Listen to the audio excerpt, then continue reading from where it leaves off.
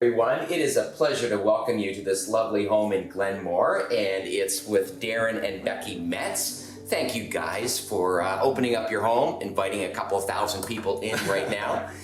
Hey, we've got a story here that relates to our series about crisis of faith. And before we get there though, people will recognize you, they've seen you around, so, where do you work and what do you do? So I have the privilege of serving our staff and our community with hosting events at Trinity. Okay. Becky? Yeah, I work in discipleship. I work with all of our adult groups, and I help people connect into group serving opportunities around Trinity. Some people can kind of have the idea that when you're in ministry and a pastor, life is just perfect. Well, you go down the smooth road, and yet there are challenges. There are things that come along, and you've got a story that is still unfolding, but let's back up a little bit. How did this whole story begin? Our daughter, Emily, graduated from high school last year, and she had a scholarship to play varsity soccer in Manitoba. And so we moved her out there in the summer, and she'd been having some pain that she was navigating through throughout that whole season. And on December 4th, I received a phone call from her saying that she found out what was causing the pain, and it was a tumor growing in her spine. Yeah, and this news is rippling out in a lot of different directions, right? And Emily's not your only child, correct? No. So Eric's response to this, how did you handle that when you're talking with him too? Well, yeah, and the call came early because they're 2 hours ahead of us, and so he was still home. And of course, Emily and I are both crying on the phone, and he came out knowing that something was up. He couldn't hear what was going on, and so we're all there broken as we're waiting for Darren to come home. Okay, so you've got big unexpected news. You're now trying to just cope and breathe with that. You've got to find a way to get out there. I'm interested though, as you're facing this new reality, right? That you're not sure where it's headed. That moment when you got on the plane, wheels up and you're taking off, right?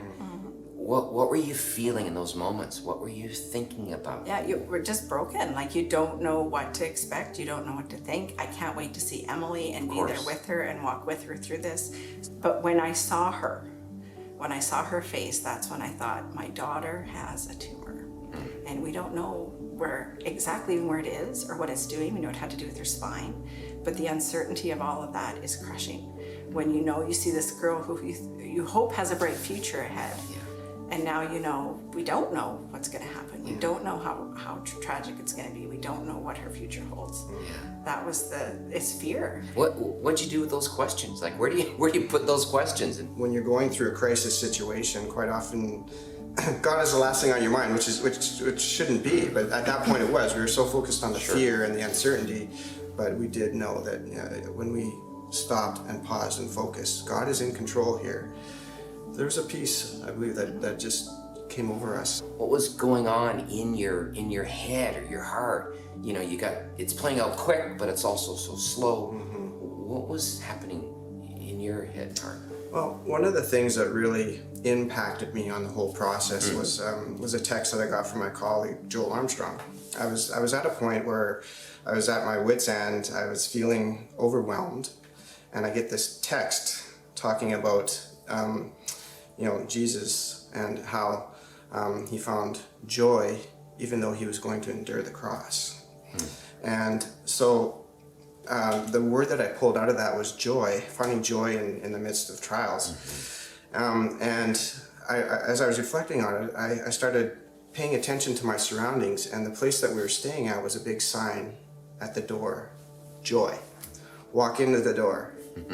Joy, a picture of joy on the wall. Walk down the stairs, joy. Scripture of joy all over. I just felt like I had to look for the joy in the circumstance. And sometimes that's really hard when it's, we don't know what the outcome is yet. Exactly. And we can be so slow to kind of pick up on the signals as well. Then you see a joy sign several times. Yes. There's a theme there. Yes. Will I trust that? Right? And that's one of our biggest take-homes, is that part of my job is connecting people into community, and I know the importance of that because we need to do life together. That's the way God created us, and I've always been that way, but after living this, it is so much more important. We had this beautiful community that was holding us up in prayer and supporting us and encouraging us. Without that, I don't know how we could have gotten through it. Yeah. Now, I understand that the medical team, though, given Emily's age and the severity and the pain, moved on this quickly with the surgery, right? And how did the surgery go? What's happened after that surgery?